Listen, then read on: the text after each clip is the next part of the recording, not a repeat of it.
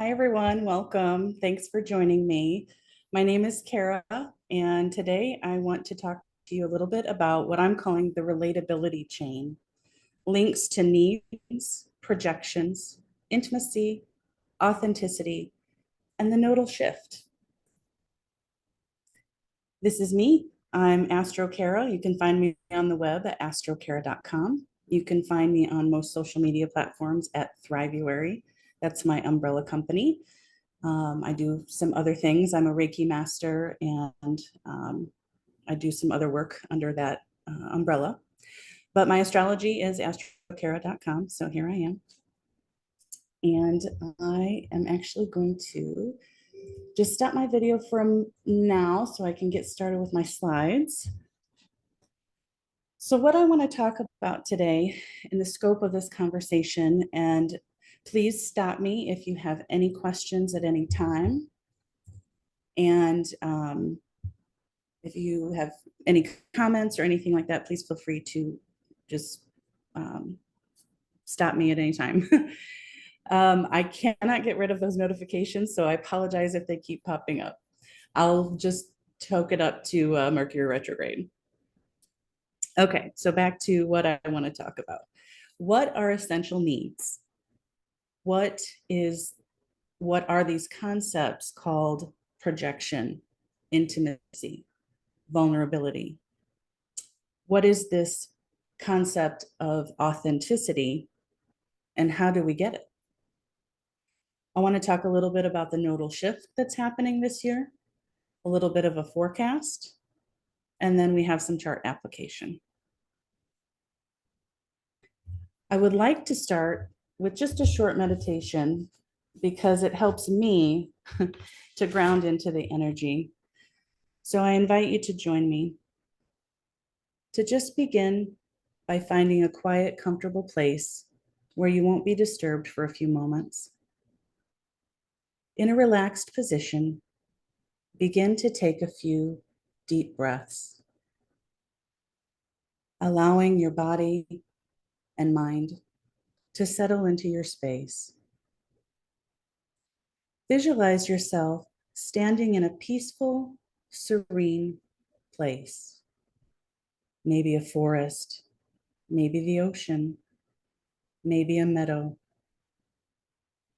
Imagine the sounds, smells, and sensations of this place, and allow yourself to be at ease. Bring to mind the question, what do I truly need? Now drop your attention from your mental space into your heart space. Allow any thoughts and feelings to arise without judgment or analysis. Simply observe them as you are watching clouds passing in the sky. As you continue to focus on your inner needs, you might notice some emotions or physical sensations arising, potentially uncomfortable sensations as you allow yourself to sit in stillness. Acknowledge these experiences, but try not to become attached to them. Imagine that you are sending loving, nurturing energy to yourself, filling your body and soul with the warmth and comfort you need. Allow this energy to surround and hold you as you continue to explore your inner emotional needs. What do you need most right now? And how can you offer that to yourself in this space?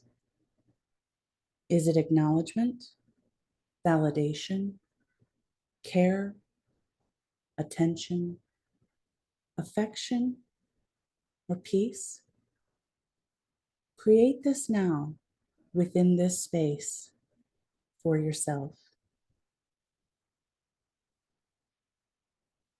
When you are ready, take a few deep breaths and slowly return to the present moment. Know that you can always return to your heart space anytime you need to reconnect to this inner need and this inner place of comfort within.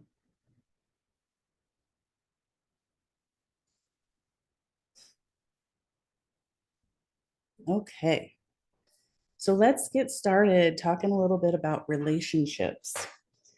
And most of what I'm going to talk about may not be anything new to you. It may be something that you are very familiar with if you are a practicing astrologer. And it comes from primarily Jeffrey Wolf Green's book, Relationships Are Essential Needs. It also comes from my education and my mentorship with my teacher and mentor, Simon Vorster of Raising Vibrations. Highly recommend. So, what are essential needs? What does that even mean? The definition that I like to use is the emotional needs of the soul that allow the integration and evolution of the soul's relationship desires. Knowing that in EA, we always look at Pluto as the soul's desire for this lifetime. So it always also correlates to the Pluto journey.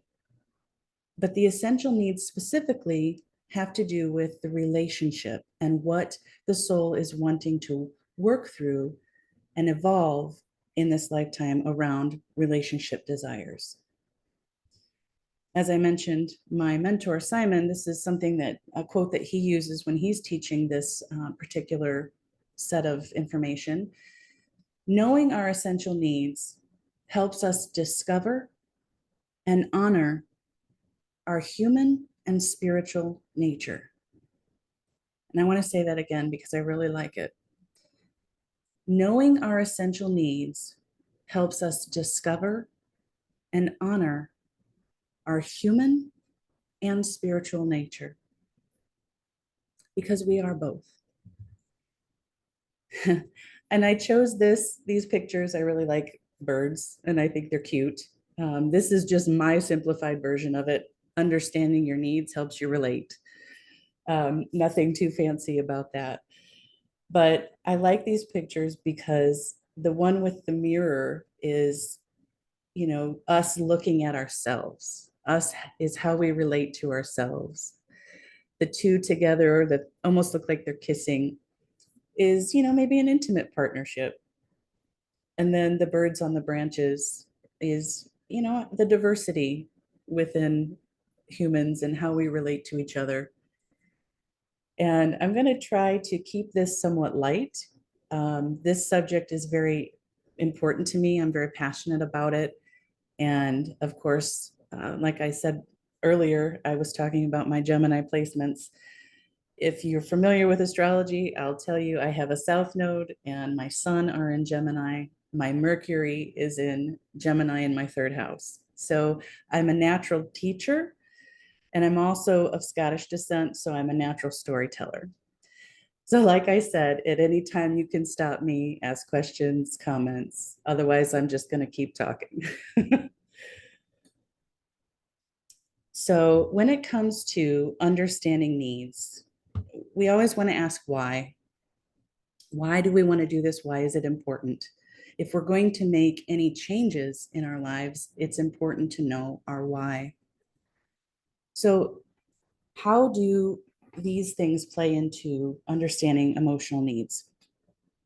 Or why is it important? So, what can self awareness do for us? When we're self aware, it helps us identify patterns that we have of patterns of behavior and triggers, emotional triggers. We all have them. They come from experiences in our youth. They come from experiences even in memories that we can't identify.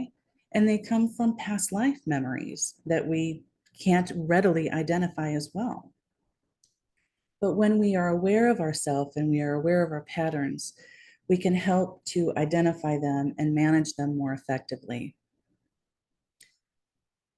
Understanding our emotional needs help us relate to self-care. And I know that this is kind of a buzzword these days, self-care, but it is truly very important. We have been conditioned to care for others most frequently, and now we're learning to care for ourselves. So when we understand our own emotional needs, we're more likely to feel happy and fulfilled and balanced. Understanding our emotional needs can help improve relationships. We can understand how to communicate better. We know where we're coming from. Understanding our own emotional needs helps us with boundaries. Boundaries are so important.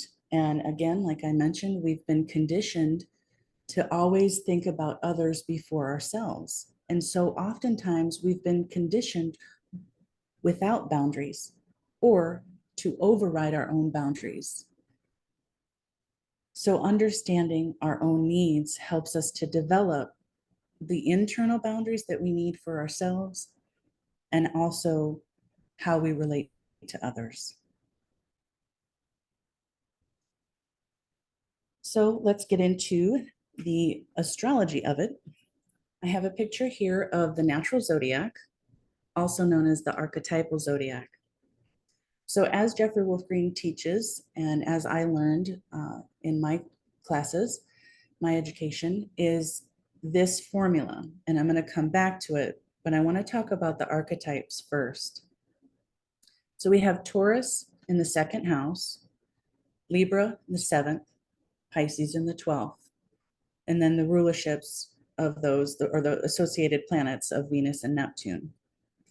I also here show the red line, which is typically an opposition line to 8th house Scorpio, because in EA, we don't look at any archetypes individually. We understand that the polarity is contained within it.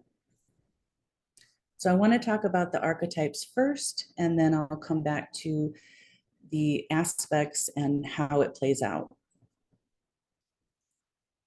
So I like this picture because it reminds me of, it just makes me think of survival. I don't, as we are evolving out of the cavemen period, but Taurus in the second house relates to survival, relates to survival needs. And evolutionarily speaking, when we, as humans, before we had these modern things, we had to create weapons. We had to create things that we could trap and hunt and gather with. And it was important to have our tribe. It was important to belong to someone, to something. We needed that connection in order to survive. That translates now emotionally still. We still need connection as a part of our personal needs. Where Scorpio comes in as Taurus relates to the survival needs, it relates to resources that we have within ourselves, the survival sustainability needs. But there's also a point where we recognize that there's something we're lacking. We also need something else, something that's external to us.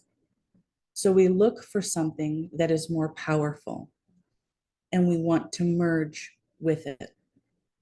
Scorpio. So I wanted to talk for a minute about Venus retrograde because it really relates more to the Taurus side of Venus. We know that Venus correlates to Libra and Taurus, Taurus being the inner side or the inner relating, Libra being the external or social relating to the other. But a Venus retrograde is more closely related to the Taurus part of Venus, the inner relating. And a quote from the book, Jeffrey's book, says, when Venus is retrograde at birth, the individual consequently internalizes the Venus function. This means that the individual is oriented to establishing an inner relationship with themselves as a primary focus in life. So they just don't do relationships the same way the consensus does. And we know this as all retrograde planets are non-consensus. Where it gets difficult and challenging is we have been conditioned to be in relationship. I say conditioned. Humans need relationship. But in our current world, in the patriarchy, in the Piscean age, it is about being subservient or being of service, giving to the other. A Venus retrograde person is not meant to do that. They're meant to give to themselves.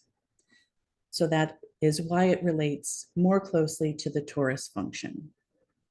And I'll talk more about Venus retrograde when we get to chart work because we have an example of this. So now Libra, 7th house. Again, this is mostly review if you are already a practicing astrologer or if you already are familiar with this. But I feel like it's important to also just be reminded that Libra is our social sign. It's about mirroring. It's about feedback.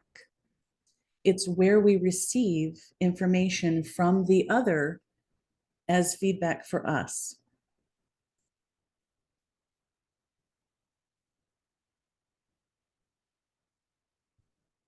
And I want to mention our Pluto Libras, which is, I'm included in that. And I've already said it, but again, our Pluto Libra souls are coming into this life, came into this life with the soul memory of being a giver, of giving to the other. We didn't know that we could say no. We didn't know that we could have our own sense of agency. That is what we're learning in this life, to engage the polarity point of Aries and show up as ourselves and understand that we are allowed to have our own sense of agency. And I'll talk more about this too when we are looking at the formula. So 12th house Pisces is about where we place ultimate meaning, where we see something as the ideal. And things aren't always the way they seem in that area of life. So back to the natural zodiac and the aspects. When we're looking at Taurus to Libra, we have a natural inconjunct. When we see Pisces to Libra, again, a natural inconjunct. And then there's a sextile between Pisces and Taurus. So this configuration is called a finger of God or a yod or yod, however you pronounce it. And it has to do with crisis and adjustment. Inconjunct is crisis and adjustment. And when I say crisis, it doesn't have to be this huge dramatic thing. It's just something that causes us to reflect inwardly and make some sort of change. So what happens and what we're looking at naturally is Taurus is our personal needs, our own sustainability, our own worth, what resources we have within ourselves.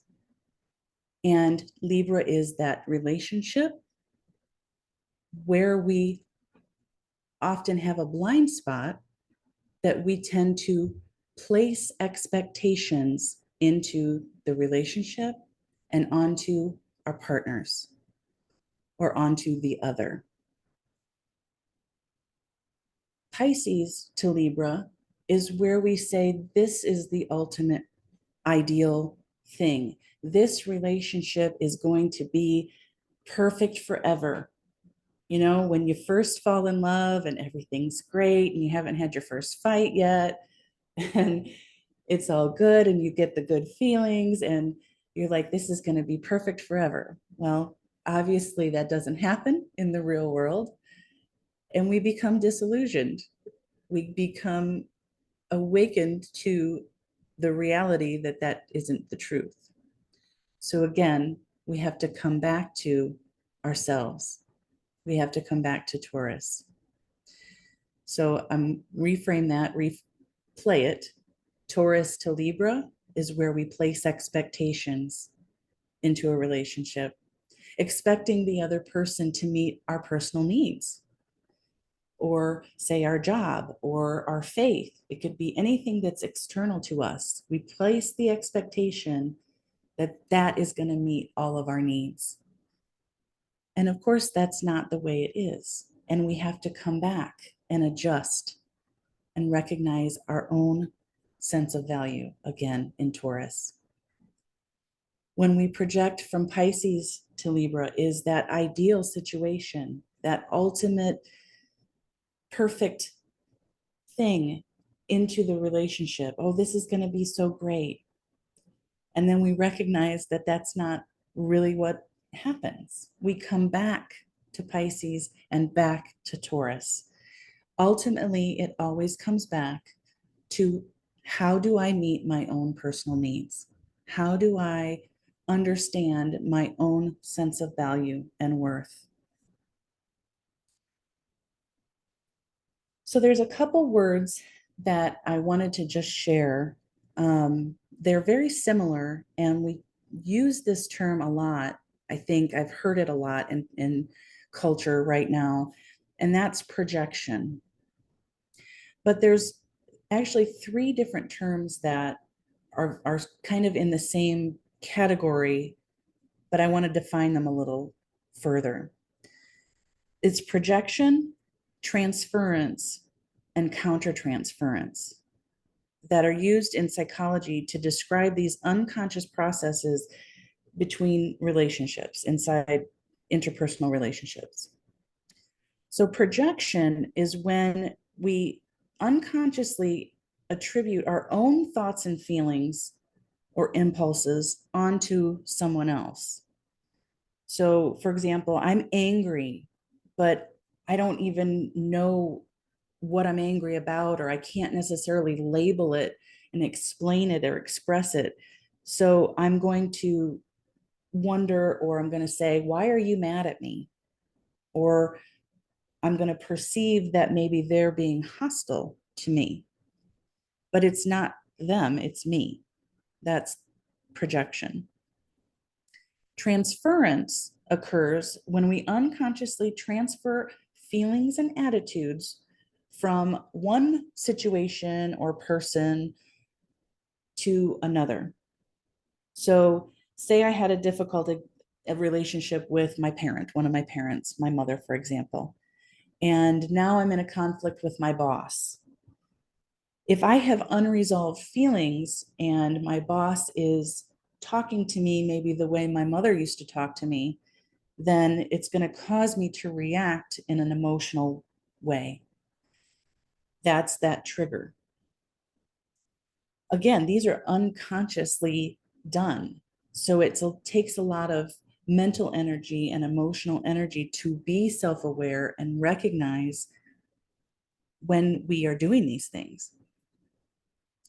The third one is countertransference, and this is more in the professional arena for, say, a therapist or a coach or a helping professional, where they can unconsciously project their own feelings onto their clients.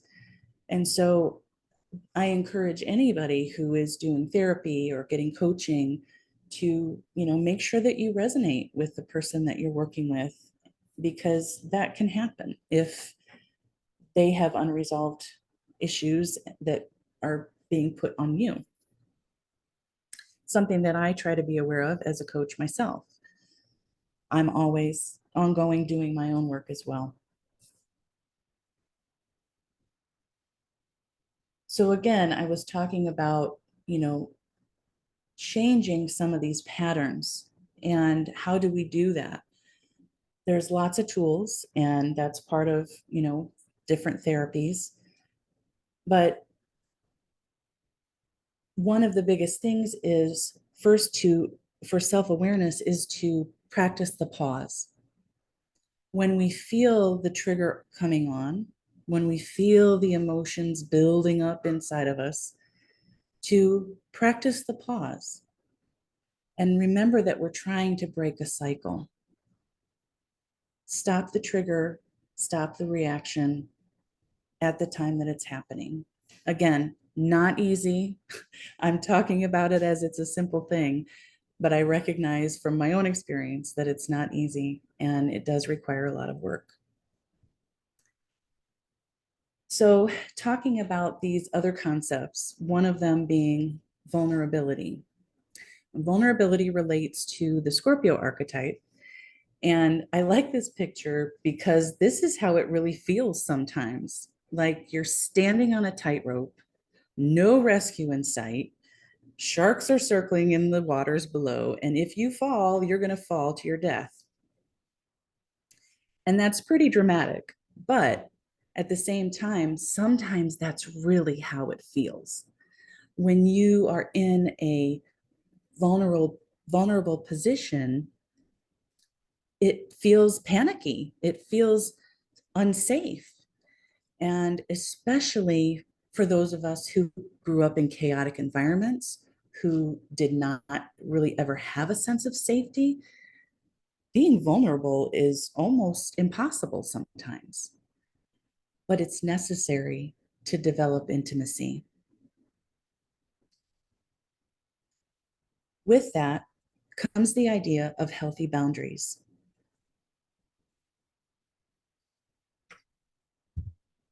Sorry, I had to pause for a water break. Um, so, one of my coaches uses the example of a garden fence. And I love this as the idea for boundaries. If we think about just, say, a row of flowers around your yard, you have this house, you are this house, it's this safe place for you. And you have this row of flowers around, and that's supposed to be your boundary, but it's a soft boundary because anybody can walk through it and they can trample all over those flowers and still get into you. Or do we put up a castle wall with bricks and moats and let nothing in and let nobody in, and we stay safe behind our walls? That doesn't necessarily promote healthy relationships because we can't connect through a wall. But the idea of the garden fence is it shows where the boundary is.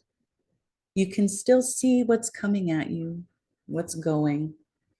And there's a gate in this fence that you decide who and what comes in and out of that gate. You are the gatekeeper.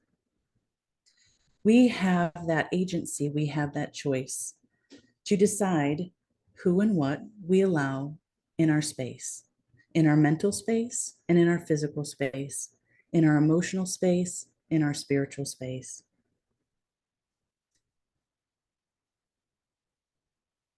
So, say we have worked on this stuff, we're working on our boundaries, we're working on being vulnerable, and we're looking at these interpersonal relationships. What now? What do we do with all of that? So these pictures I chose really show more of an interpersonal relationship. Of course, how we relate affects everything in our lives, our job, our faith, our hobbies, pets. It's not just with people, but this is what I wanted to focus on today. So, some of the things that we can do when we're working on healthy mirroring in relationships. And healthy mirroring involves the ability to reflect back to your partner what they're expressing in a way that's accurate, supportive, And when it's done effectively, it helps to build trust. It develops that emotional intimacy and it fosters connection. So, some healthy characteristics of healthy mirroring include active listening, that accurate reflection, which is, you make a statement and I say, I'm hearing you say, is that what you're saying? Is that what you mean? Asking those clarifying questions. Having empathy, showing compassion. Even if you don't fully understand where the other person is coming from, to know that they are hurting shows empathy. Timing is important, taking turns, not interrupting, listening to hear, not just listening to respond. And then physical touch. Now, and I say this with the understanding that not everybody likes to be touched, and sometimes there's trauma associated with that, and it's not safe. This is not what I mean. I'm talking about, in general, humans need touch. We are so skin starved as a people, it's crazy. And there's so many studies out that show how important touch is. Just gentle touch, loving touch, a hug, and not just a quick little hug, like a 20-second hug. 20 seconds. 20 seconds. Sometimes 20 seconds can feel like an eternity when you are not used to being still. But when you are used to being centered and connected, that 20 seconds isn't long enough.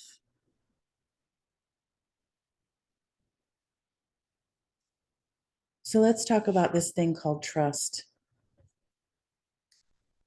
It's important when we're talking about vulnerability to talk about trust, because that's how trust gets built. And that's also how trust gets broken. And again, when we're talking about this crisis and adjustment stuff, it doesn't necessarily have to be a big dramatic betrayal. Such as, I am projecting here that, an infidelity would seem like a big betrayal to me. Where, say, an example of I told someone something in confidence and they shared that information, that also feels like a betrayal to me. But it's not it's not weighted the same. But we all have our own scale of that. But the idea of developing trust and intimacy comes with understanding that we have to put ourselves in vulnerable positions sometimes. We have to allow ourselves to be open to our partner. We learn whether it's safe or not to be open to them. So here is where the challenges come in, because guess what? We're always mirroring each other. We're always going back and forth, triggering each other, because we all have memories. We all have past life memories. We all have childhood memories, stuff that we are working on.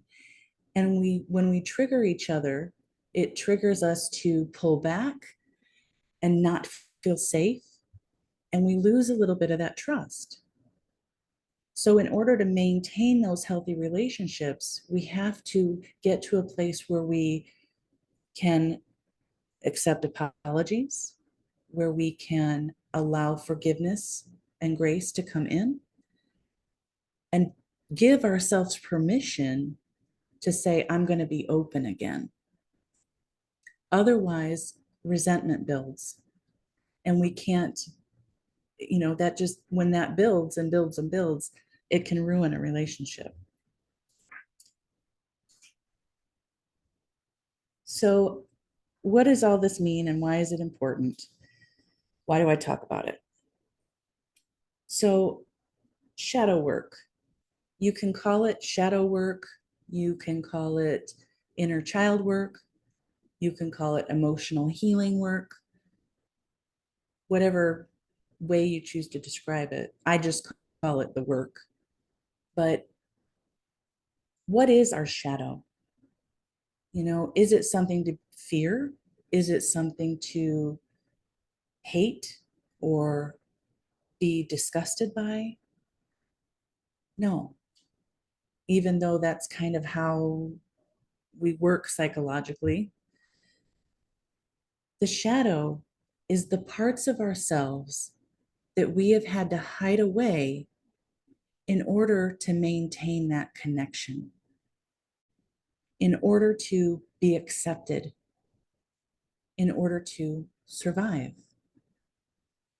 The personal needs, the parts of ourselves that we pushed aside to maintain that connection that I was talking about with Taurus.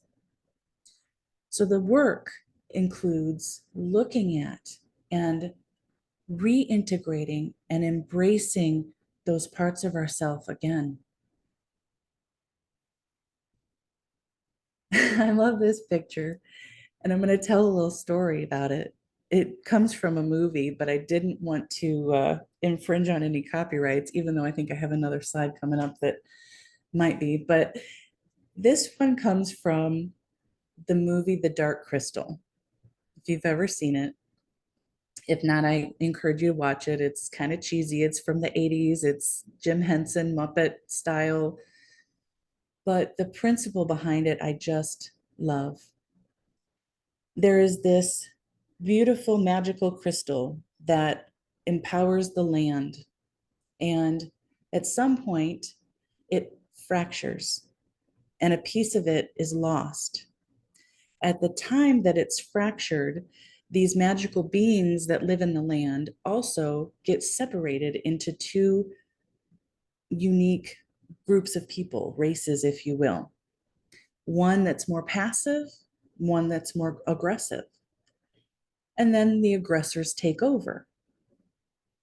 Enter the hero and heroine, and their journey is to find this crystal piece and put it back in the original. Of course, by the end of the movie, they're able to do that right at the beautiful beginning of the triple conjunction of the sun. I just find it so cool that it's, astrologically related. But anyway, that's my nerdiness. So the crystal becomes whole again. And the two parts of that magical being are re-merged and they become whole again. And then the land flourishes again. This to me speaks of our Saturn, Chiron, Uranus journey. That shadow work that I was talking about is finding those fractured pieces. And it's not just one, it's lots and lots and lots. Again, past life memories that are fractured, that our soul left a piece somewhere. In our childhood or a traumatic event that happened, fracture. A loss, fracture. We have to go back and find those pieces and put it back inside of ourselves, reintegrate it. And it's a lifelong journey. It's a multi-life journey, but I love the analogy of it. So I'm going to pause for a moment, just ask if anybody has any questions.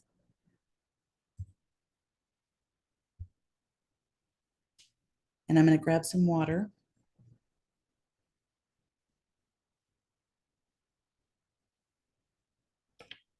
How are we all doing?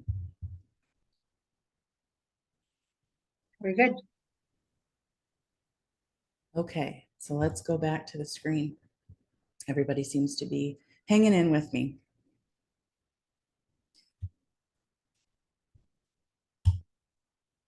Okay, so yeah, here's my other slide that I was talking about. But so now I want to go back to the astrology of things and talk about the nodes and the transits that we've been in, and then the nodal shift.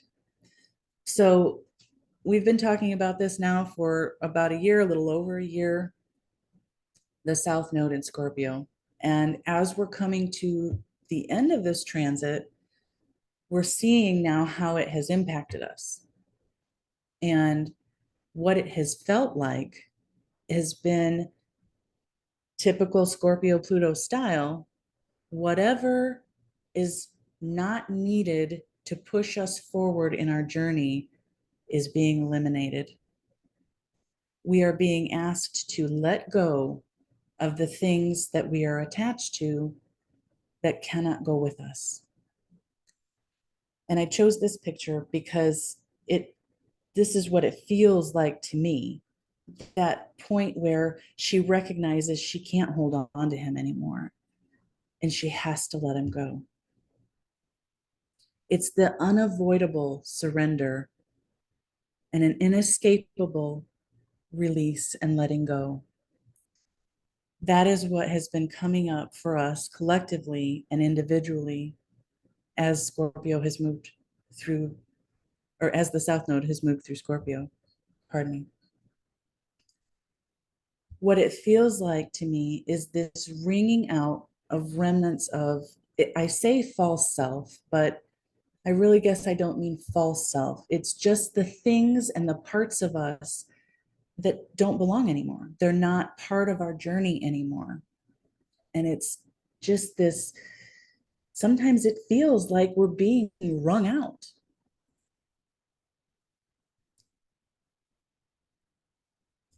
It's the idea of removing the masks of conditioning to reveal the truth of who we are.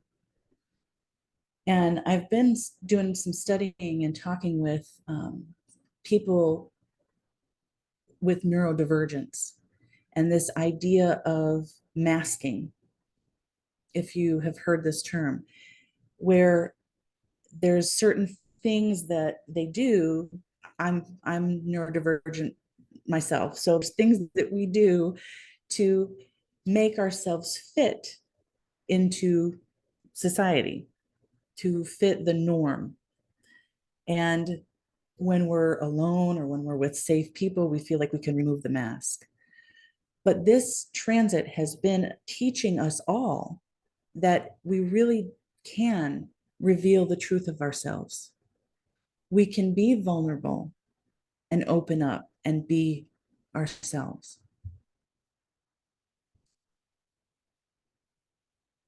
Because the North Node in Taurus is pushing us, calling us to remember our value, to remember that we are worthy just because we're here and we're human and we're having this experience. And we don't have to earn it. We don't have to do anything special or be anything special or measure up to anything. We already are worthy. You have never not been worthy. Give yourself permission to feel your value.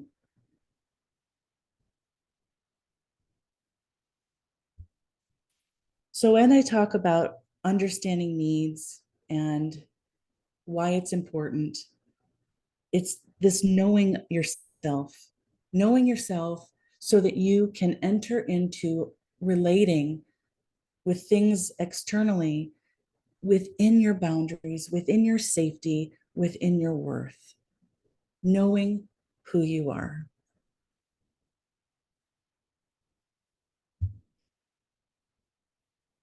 Give me a second. I'm trying to remember what I put this in here for. Repeating themes for collective change. Okay, so I want to talk about the outer planets. Saturn has recently moved into Pisces. This is the what I like to I tried to come up with like rose tinted glasses, but I didn't have an image for that. But we're seeing things more clearly now. This is going to be, or is hopefully going to be, the transit of Saturn through Pisces. the veil is coming down, the curtain is being opened, whatever image or analogy we want to use, we are going to start seeing things more clearly, seeing things for how they really are, not based on our conditioning or how we want them to be or how we expect them to be. We're just going to start seeing things as they are. And knowing our needs and knowing our inner self will help us respond to that. When we start to see things differently, am I going to recoil and not interact anymore because I'm scared of what I'm seeing? Or am I going to understand that I have what I need within me to survive? Chiron in Aries is about showing up. Just show up. I talk about this a lot in my videos. I have Chiron in my first house, Aries, and this is one of the hardest things for me to do. So me being here right now is part of my Chiron journey, to just show up. Say, here I am. This is me. The wounding is there because of rejection or the hypersensitivity to rejection. But again, because we know that we're worthy and we've never not been worthy, we're not worthy of rejection. We're worthy of being. Pluto in Aquarius is about recognizing and reconnecting to the spiritual part of ourselves, to the deeper memories of our soul, and grounding deep into our individuation. Speaking of individuation, we have Uranus in Taurus. It was conjunct the North Node for a while. And this is, again, about our individuation journey. And how are we going to show up as ourselves with all of our uniqueness within our groups, within the places that we go? This is our support for this journey at this time. So, recap of the transit of the lunar nodes through Scorpio and Taurus has been about confronting the past, letting go of the things that no longer serve us, that can't go with us in our future. And Taurus, remembering our worth and rediscovering our sovereignty. So the lunar nodes are going to change signs in July of this year. We're moving from the Scorpio-Taurus axis to Aries-Libra. And the Aries-Libra axis is our relating axis. I already talked about Libra being part of that mirroring, relating part. And so this is going to be the energy collectively, individually, that we'll be working through for the next year and a half. Again, those outer planet movements supporting all of this change.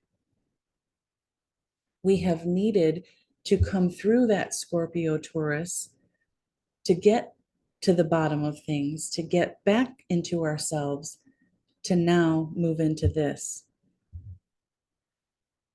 So when I look at the Aries Libra axis, I always think about the planetary rulers or the planets that are correlated with them. Mars with Aries, Venus with Libra. And to me, it's a statement of the divine feminine and the sacred masculine. So moving through this axis and how I feel it's going to be available, the energies available, the opportunities that are available to us is to help reintegrate and rebalance these energies within ourselves, because we all carry both energies. When I think about Aries, I always love this picture because it's about recognizing ourselves, believing in ourselves, showing up and saying, hey, this is me. I'm here, taking up space. And it also is about our inner strength, our courage. We talk about it being our instinctual drive and our willpower. But what spurs us on? We have to have courage. We have to have some bravery to take on the world. When I think about Libra, I think about the balance, the scales, about inclusion and exclusion. What belongs to me? What doesn't belong to me? What helps me? What doesn't? What do I want to keep? What do I want to let go of? And I chose these pictures because it the balloon is like an experience that we have. It's meaningful to us at the time. It brings us joy momentarily. It's something that is a temporary pleasure. But at some point we have to let it go. That's the exclusion. Or is it something that nourishes us and keeps us going? That's what we want to keep and include in our lives. Libra is also about feedback, receiving feedback from others and discerning about the opinions that we want to keep and not keep. And I love this little picture of this child picking up the leaves. They get to decide what they want to keep, which ones they want to pick up and which ones they want to leave down on the ground. It's important for us to remember that we don't have to accept every opinion that's given to us about ourselves. The negative feedback that we receive, I think it's important and it's healthy to look at it, consider it, but we don't have to accept it and take it in, internalize it, and make it a part of our psyche. We can say, that doesn't belong to me. That projections that come at us, because they do, everybody is unconsciously projecting on each other, remember? So when others project onto us, we can say, hey, that doesn't belong to me. I'm not going to accept that and not internalize it. That's part of, again, the Libra archetype. So to me, what I feel is the energy and the opportunities of what this next lunar cycle, lunar nodal cycle is going to be, is balancing what belongs to you versus the projections and mirrors of others. And the Aries North Node showing up as yourself for yourself. How do we get to that? We get to it by knowing our essential needs, by knowing ourselves enough to show up. Thank you very much. I think that is the end of my slides. For the moment, I'm going to stop sharing and check in with everybody. How are we doing? Great, Kara. Okay. I think we're ready to go on to the chart work. So I am going to go back to share my screen.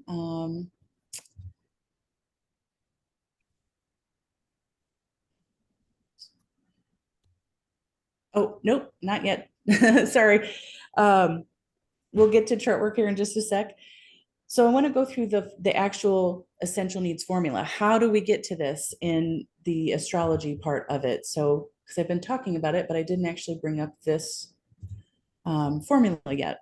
So this is the most basic part of the formula that I learned that comes from Jeffrey Wolf Green's book. Of course, there's a lot more to it. And as an established practicing EA astrologer, we know that we look at the chart holistically and There's always, layers upon layers of things that we look at. But the basic formula is recognizing what personal needs are by looking at the second house, the sign that's on the cusp of the second house, looking at the planetary ruler by house and sign, and any aspects that it's making.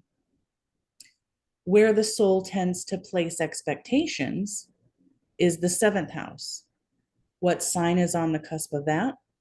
Planetary ruler, house and sign, and aspects. Where we place those ideals and where that meaning, that ultimate meaning, is the 12th house. What sign rules the 12th house? The planetary ruler by house and sign and the aspects. My extended version, how I do it, is I always add Venus because Venus rules Taurus and Libra. So by house and sign, any aspects that Venus is making, and the Venus polarity point. Because we know that when we're talking about the desire of the soul, Pluto, we look at the Pluto polarity point.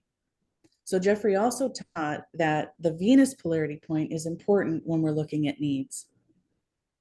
I also glance at the houses that are ruled by Taurus and Libra just to see where the karma lies. I sometimes add in Neptune because, of course, it's connected to Pisces. And that's more about relational needs. If we're talking about intimate or sexual needs, then we can add in Mars, but that's not something that I typically do right away. So now I think we're ready for the chart. So I have M. I didn't know if it was okay to share any of the details, so I just said M. But I see that you're here and you have your name up there. So Michelle, how are you? Good. It's good to be with you. Good. So I'm going to grab my notes here. And first, before I get started, I will ask you, are there any concerns that you have or things that you've been thinking about with your relationship or your needs that are concerning to you, or something that I can bring some clarity to?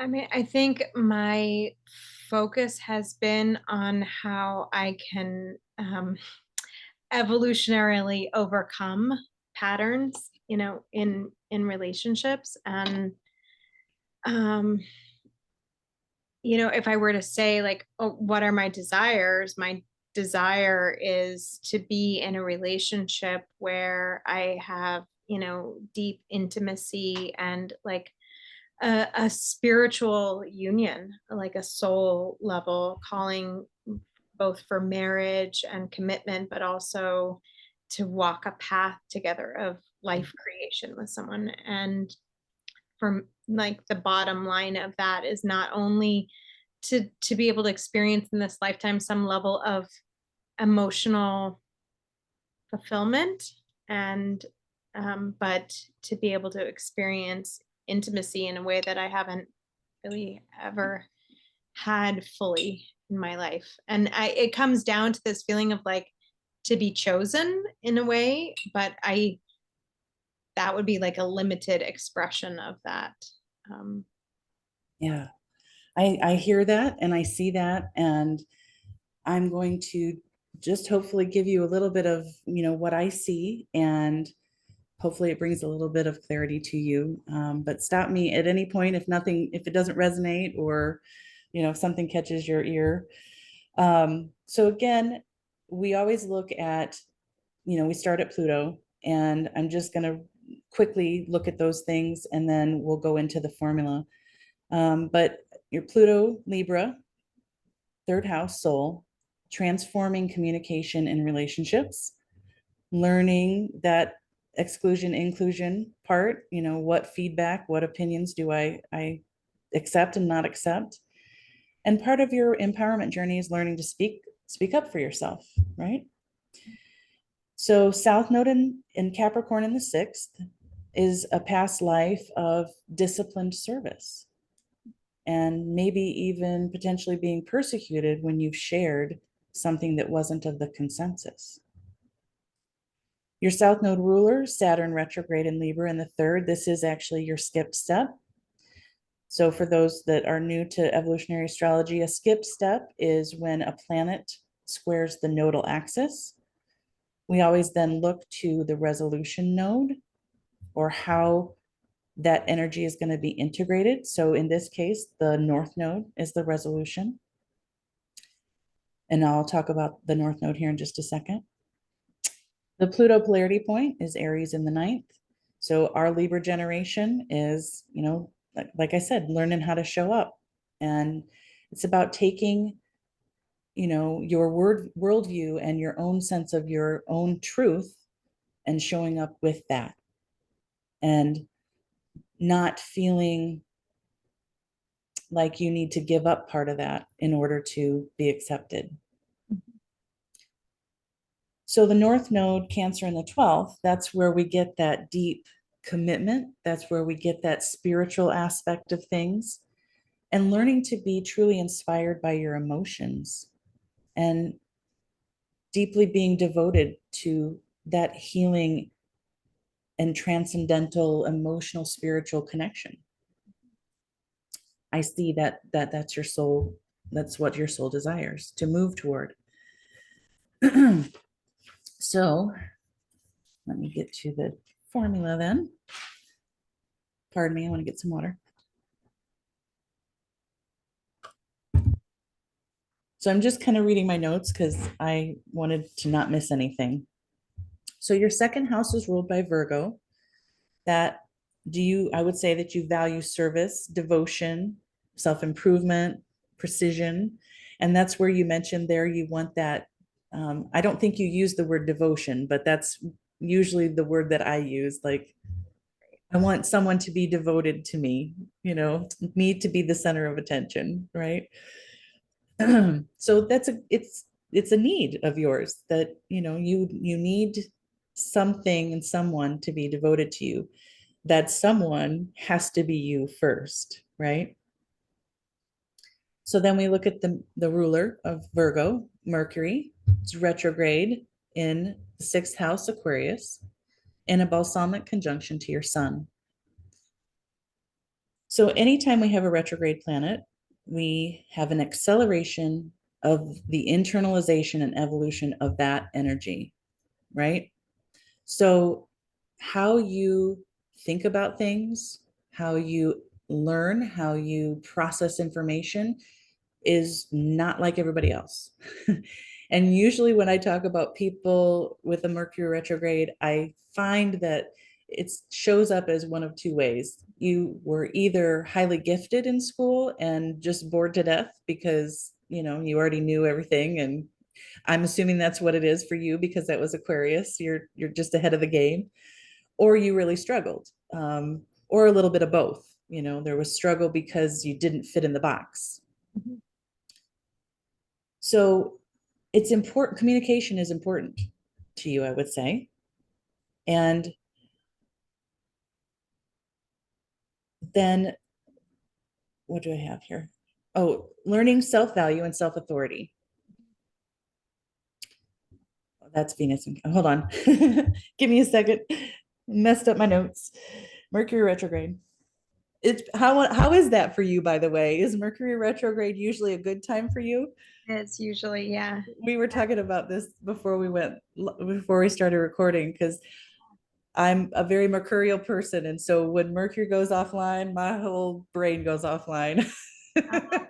Yeah, But it works to my favor in a lot of ways, but I still have to deal with some of the difficulties. Yeah, technical difficulties and stuff, right? Yeah. So I want to focus for you on your Venus because it's retrograde and it's conjunct your South Node.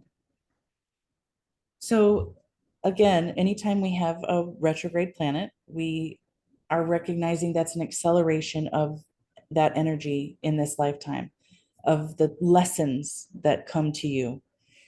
And as I mentioned early in my slides, a Venus retrograde person is really meant to be self-focused in this life. And I would imagine being conditioned as a woman in the patriarchy and a Pluto Libra, that's been really difficult. We don't know that we're allowed to take care of ourselves first, or Mhm. that's what we're learning, right? So would I would ask, and I would say maybe that was has been one of your challenges, is that times when you do need to focus on yourself, either you have had relationships where the other was not able to provide that for you, or didn't understand that about you, and so it created a lot of frustration. Has that been a challenge for you? Um, I don't know about the other being, but I know that one of the lessons in my life has been like that phrase, put your own oxygen mask on first. And um, it can be, I can easily take on a lot of responsibility for a lot of people. And I get myself kind of stuck in relational ego battles when I try and do you know, other people's work or other people's, get them to grow along with me or come along with me or Yeah. really what my focus should be is on my own self development, and like whether they choose to grow and evolve with me is their own free will. And that's hard. That's hard for Capricorn. That your South Node in Capricorn, that Venus in Capricorn, that's actually one of the things that I said. Allowing others to fail without feeling critical or guilty. Mm, mhm. The Critical or compulsion, judgmental. what's that? I said without feeling critical or judgmental. Yeah.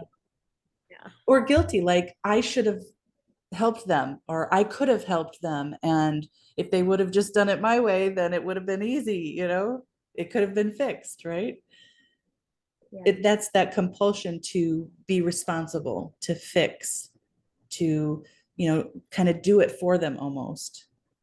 But when we do things for others that they should be doing for themselves, of course, we disable their own agency and we burn ourselves out, right?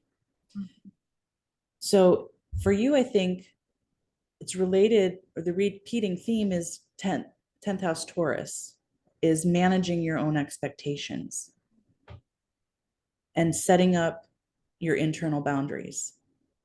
Because that Taurus on the 10th house cusp is the house that your moon is in.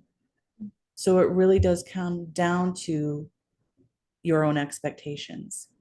How do you anticipate and what do you expect of yourself? And then what do you expect of others? And I have a 10th house moon. So I understand it's not easy to do that. It's probably been one of the hardest things for me to do, is to let people fail or to let people do their own thing and not feel responsible or not feel like I should be helping in some way. Has that been kind of how it's been for you, or no? I can feel a little bit of grief in that statement. Yeah. I know it stings a little. Mhm. Thank you for being open, though. That's the thing about EA, right? It gets pretty deep sometimes. So back to the formula, seventh house Aquarius. What I have written here is projections of relationship providing the freedom of thoughts and opinions. So we project onto the relationship that it will provide me this openness of being able to express my thoughts and opinions. And sure, I think that's fair. But where it gets challenging maybe is possibly when people don't think the way you do. And there might be some frustration of, you know, maybe they don't want to take the same kind of risks that you do, like you mentioned. They don't want, maybe you want to try to pull them along. help them grow with you. Like, come on. Aquarius is that forward energy. It's that accelerated energy of Uranus. It's changing right now. And you're way ahead of the game with your sun there, your Mercury there. It's so yeah, you're probably always feeling like you're 10 steps ahead and pulling people along with you. And that's probably pretty frustrating. It is, yeah. So again, it goes back to meeting that need of yours, that value to be devoted to yourself, that service to yourself. So looking at Uranus as the ruler in Sag in the fourth, with Scorpio being on the cusp, breaking free from prior belief patterns or traditions, possibly religion, something maybe from your family of origin being in your fourth house. And what I have in my notes is maybe a sense of alienation or maybe even a little betrayal when others don't necessarily see or agree with how you are presenting yourself. And what I mean by that is maybe a sense of needing to prove yourself, like I have to prove my point. Mm-hmm. I have to make you see what I see. I think, Sag is kind of that, what's the phrase that it's been used is convert and there's another C word, but like convert somebody to my own thought processes. So with Neptune and Sag or Uranus and Sag, it's, maybe I get a little frustrated and I feel misunderstood Mm-hmm. and maybe a little rejected when someone doesn't agree with me or see the same thing I'm seeing. How does that sit for you? Yeah, I mean, when it comes to like the relational values, I definitely um feel a sense of alienation and betrayal that there's not understanding sometimes. Yeah, that feeling, that frustration of feeling misunderstood. Yeah. How do you handle that? Do you feel that kind of recoil and withdraw your care for a time? Are you able to come back into yourself and I mean, a refocus it? big part of my work it has been over the years developing vulnerability and the ability um, to do that and to have not feel the need to pull away. I think that's a growing strength, a growing like area of self development. And I guess what I'm trying to, one of the things I realized the other day is like, I have a perspective, a very unique perspective that um, they're never going to understand. And given like the way in which I am able to see things, like I cannot expect everyone to understand the way that I see things. And I would say that that's like it feels a little bit lonely.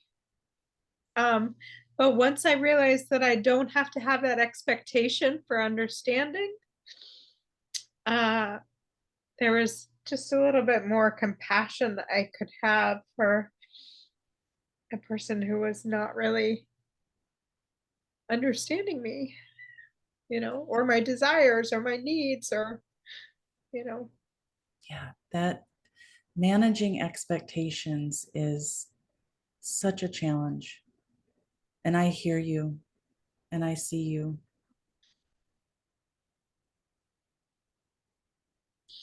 And I want to encourage you because you're doing the work and so many people aren't. And, it's important. Yeah.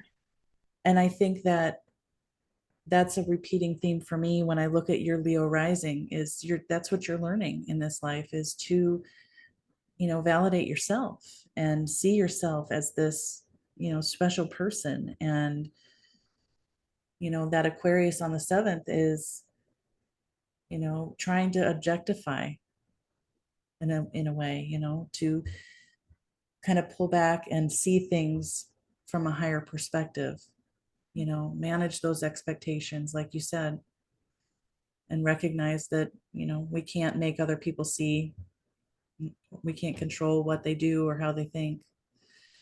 But it is there, and like you said, there's some grief there. That's the Scorpio part of, on your fourth house cusp of feeling that sense of betrayal. And like I said, betrayal doesn't have to be a big dramatic thing. It's these middle everyday things that can happen and the interactions that we have. But I want to, encourage you because you're doing the work. So then I look at Libra on the third, and I would say that, you really value fairness and communication.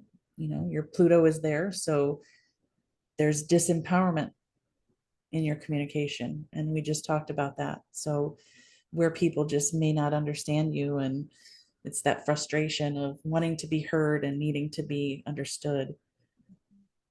And it's probably frustrating when others don't necessarily follow the same, I call it rules of engagement.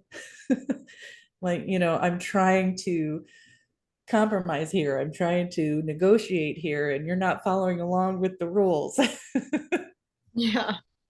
It probably, gets a little frustrating sometimes. And I put on here some of the other repeating themes is that your Mars is there in Libra. It's balsamic to Saturn. You're connected to your Mercury retrograde. And so this balsamic phases of, endings, completions, culminations of Libra energies, Aquarius energies, and that Venus retrograde being that accelerated lessons, that I imagine that being a very challenging experience sometimes that really does create that sense of grief. And, there's a need to be able to process those emotions. I live with a Venus retrograde person, so it's very much, it's challenging for the other person, for me as, trying to have a relationship with them. So but I see their struggles. So it's because it's accelerated and it's so frustrating, and you're trying to close these cycles. Your soul is saying, okay, here's the lesson again, here's the lesson again, here's the lesson again. And yeah, you mentioned that, the frustration. So let me move on then to 12th house Cancer. And we kind of talked about this already, being that you desire that deep commitment and that spiritual connection with your partner.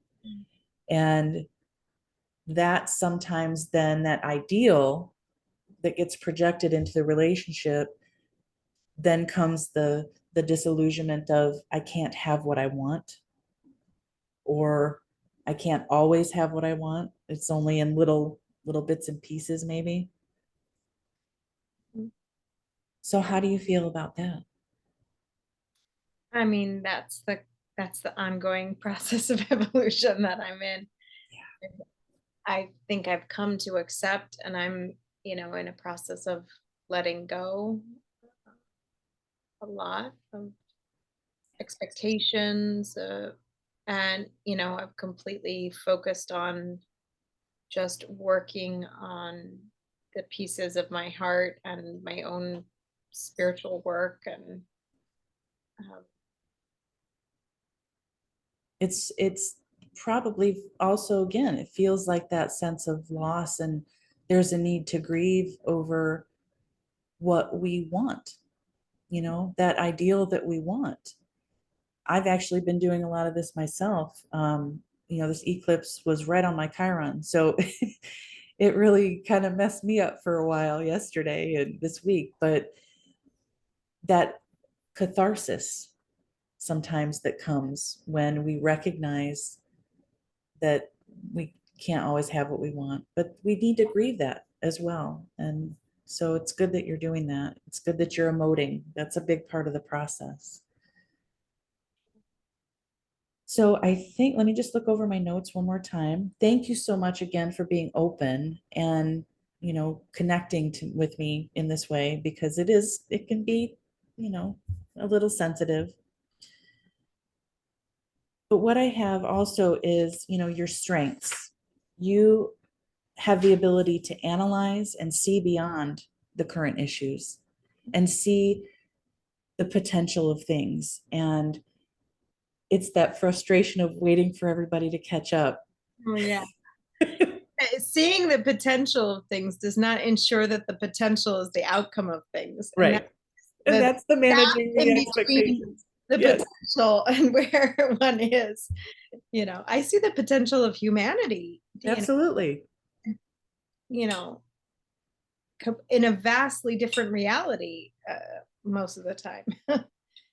Yeah. And if you told somebody that was in the consensus, they would probably tell you you're nuts, right? Maybe. Yeah. But you know that it's coming. Your soul knows that it's coming. You're already ahead of us. We just have to catch up to you. Yeah.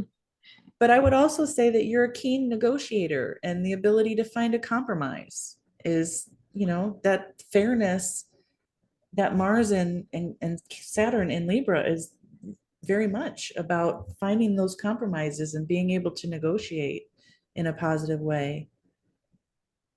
You have high standards and values that spur people to improve. Mm. You know, sometimes that's frustrating because it's, again, the expectations, but people that are around you, I would say, they want to begin to improve because they see the potential that you're showing them or that you're offering to them, that you support them with. High empathy for deep trauma and pain, and the desire to care and nurture for people. And again, there's your put your own oxygen mask on first. Because of that deep desire to care and nurture for others, you have to give it to yourself first.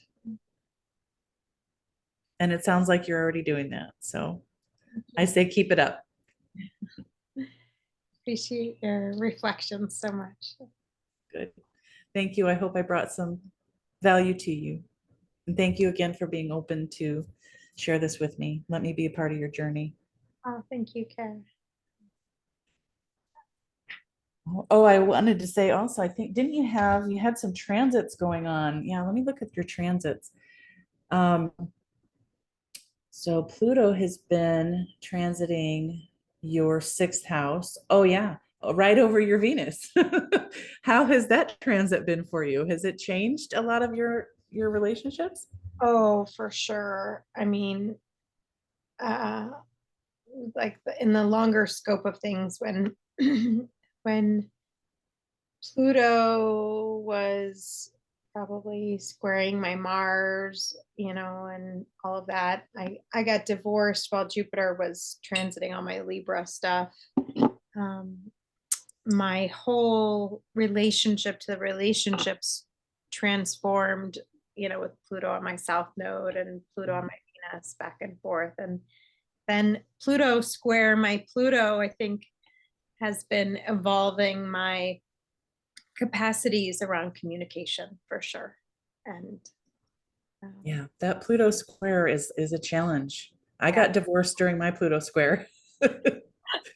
It just Pluto Libras, man, Like evolve or die, and then you get to it's it. Do die or die. anyway. It's crazy, but that's how I see a lot of our transits that way. Our us Pluto Libras. Yeah.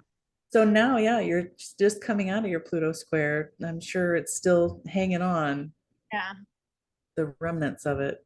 Yeah. Well, I mean, it's what it's done is it's catalyzed my work and my, what I'm bringing forward in the world is really feels like the actualization of my purpose. And Yes. I gave birth to two really beautiful little girls in the process of Pluto on my Venus too. So I got some gifts in all of this. That's amazing. I know. I do. I love, as difficult as Pluto transits can be, once we're out of them, we can see you know, the beauty of it. We can see the gifts, like you said. I mean, 2 years ago, it's still kind of there, but because my Chiron's at 26 degrees Aries. So when Pluto was squaring my Chiron, that's was the beginning of my catharsis, my whole, you know, healing journey. But the last decade, it Pluto squared everything in my cardinal cross. So it pretty much changed my whole entire life. So for anybody that's going through a difficult Pluto transit, there's life ahead. So true. A new life ahead. Yes. You're going to have to give up a lot of stuff or it's going to be eliminated, but you're going to come out on the other side. I promise. Well, I guess I shouldn't promise, but it's highly anticipated that you're Oh, the sun is rough too. I know I have a good few years before I'm gonna get Pluto on the sun. But it will be, yeah, not long, you know, in the But scheme. again, it acted Pluto moving into Aquarius has activated that sign for you. And so the sun being in that sign, like you said, is kind of activating your purpose Mhm. and helping bring that forward. I love that for you. And let me see what else. So you are also not quite up to your Uranus opposition, so a few more years for that as well. Mhm. But that definitely is a time. Mine was definitely a time of significant. I feel like that's the time in life where we just get to a point where we say, I don't care what anybody else thinks anymore. I'm just going to do my own thing and it doesn't even matter. Yeah. So that's something to look forward to. Hopefully, now that you've come through all this Pluto stuff, it won't be quite as difficult. It's true. Yeah. So I think if you guys don't have any other questions or concerns, we can start to wrap everything up. But again, Michelle, thank you so much for being a part of this and letting me be a part of your journey.